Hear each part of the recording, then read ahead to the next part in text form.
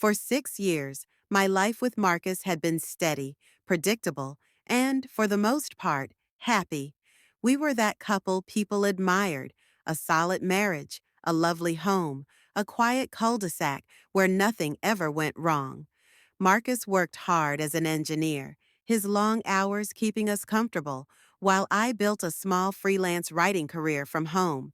But the cracks in perfection don't always show themselves clearly. I didn't wake up one morning and decide to betray my husband. It was subtler than that, a slow erosion of connection. Marcus had become more of a provider than a partner. I don't blame him for working hard, but I often felt like an afterthought, a box checked off on his list of responsibilities. Then Daniel moved in. He wasn't like Marcus. Where my husband was quiet and serious, Daniel was warm, easygoing, and magnetic. I first noticed him at the neighborhood barbecue, the way he seemed to light up the conversation no matter where he stood. I shouldn't have been drawn to him, but I was. The day I helped him move a treadmill into his garage, I told myself I was just being neighborly, but something shifted when I stepped inside his house.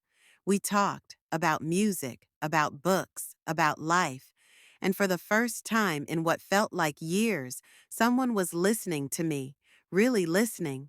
It was intoxicating.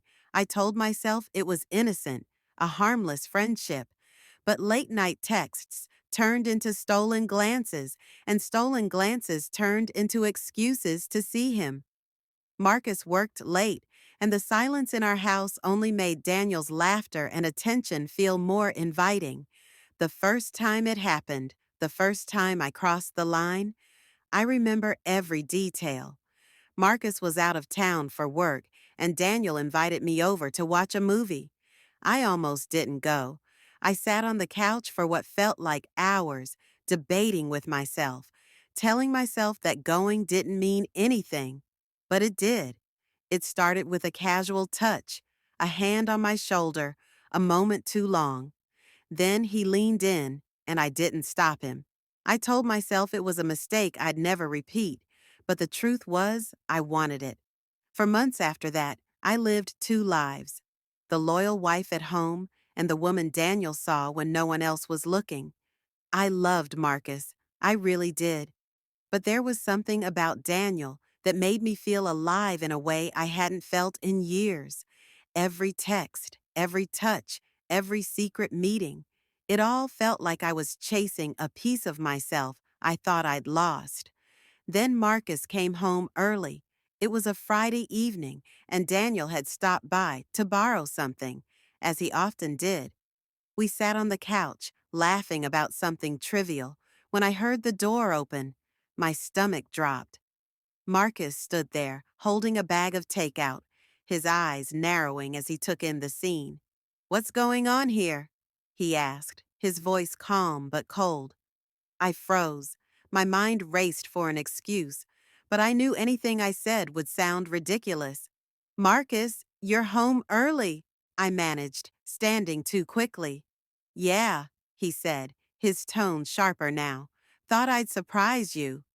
He set the bag down and looked between me and Daniel. "Clearly, I'm the one surprised."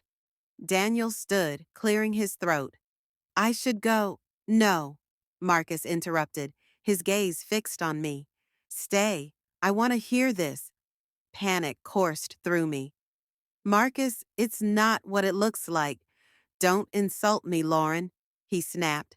"How long?" The weight of his question crushed me. Tears welled up in my eyes as I whispered, 3 months. His face hardened, but I saw the pain behind his eyes. He turned to Daniel, who stood awkwardly by the door. "Get out," Marcus said, his voice low and menacing. Daniel left without another word, leaving me to face the fallout alone. "You made your choice," Marcus said after a long silence. "Now I'm making mine." "Marcus, please," I begged. "It wasn't supposed to happen. I made a mistake." He shook his head, his voice hollow. "A mistake? You destroyed us, Lauren." He walked out that night and didn't come back. The next morning, he returned to pack his bags. I tried to stop him, tried to make him understand that I still loved him, but he wouldn't listen. You don't destroy the people you love, he said before walking out the door.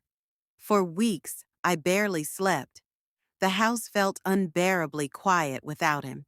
Daniel reached out once, but I ignored him. Whatever we had wasn't worth the wreckage it left behind. I think about Marcus every day, about the life we built and the life I tore apart. The thrill I felt with Daniel now feels meaningless, overshadowed by the ache of losing the man who truly loved me. Betrayal isn't just an act, it's a ripple. It spreads, touching everything in its path, leaving nothing unchanged.